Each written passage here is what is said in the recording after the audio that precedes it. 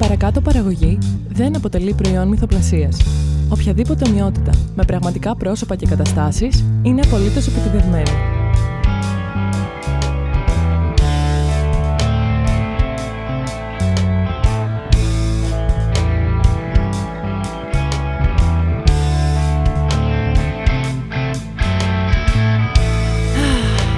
Όλοι ίδιοι είναι. Εγώ ψηφίζω Νουδού για να γίνουμε Ευρώπη επιτέλους. Φτάνει με αυτούς τους τεμπέληδες, τους άπλητους, γκρινιάζετε για όλα και δεν προτείνετε λύσεις για τίποτα. Και μας κλείνετε και τους δρόμους να μην μπορούμε να πάμε στη δουλίτσα μας. Με ειρηνικές διαδηλώσεις, αλλάζουν τα πράγματα. Στείλτε έστω μια επιστολή.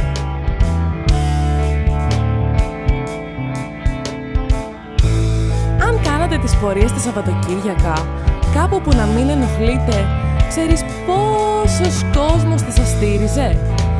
Έχουμε γεμίσει μπάχαλους και να σου πω και κάτι, και οι αστυνομικοί τη δουλειά τους κάνουν. Και η δουλειά δεν είναι ντροπή. Και η ντροπή δεν είναι δουλειά.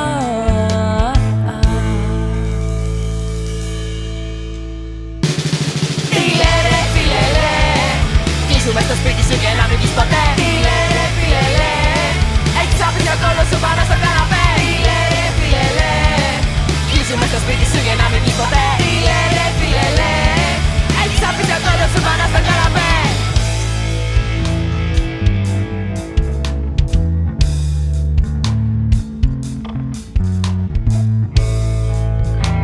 Εγώ είμαι με τον άνθρωπο. Έχουμε γεμίσει καταλήψεις και διαδηλώσεις από κόσμο που βαριέται να δουλέψει. Και να σου πω και κάτι, η βία είναι κακιά από όπου και αν προέρχεται. Και όλα τα άκρα είναι τα ίδια. Αν κοιτάς τη δουλειά σου, την οικογένειά σου και το σπίτι σου, κι αν όλα τα παιδιά της γης, θα φτιάξουν τα πράγματα.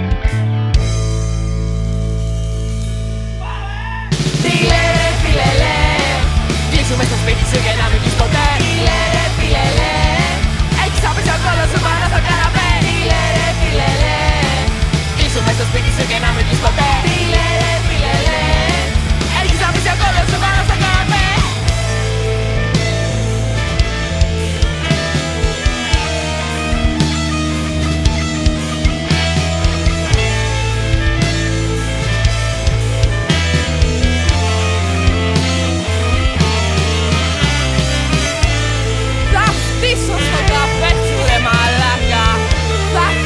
Στο χαλάκι σου. Κι όταν έρθει το πρόβλημα στην πόρτα σου και σου πάρουνε το χαλάκι και σου πάρουνε το καραβέ, τότε να γράψεις μια επιστολή και να τη βάλεις βαθιά, βαθιά μέσα στο...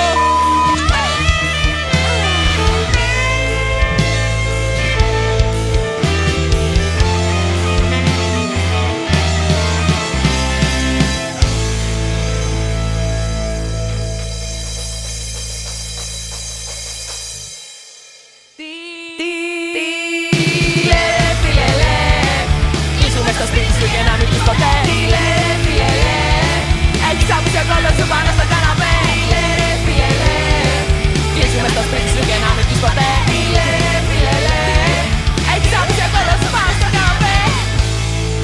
Ό,τι είναι πάντο, τέλος. Πάρε. Τι λες μωρέ παπάρα?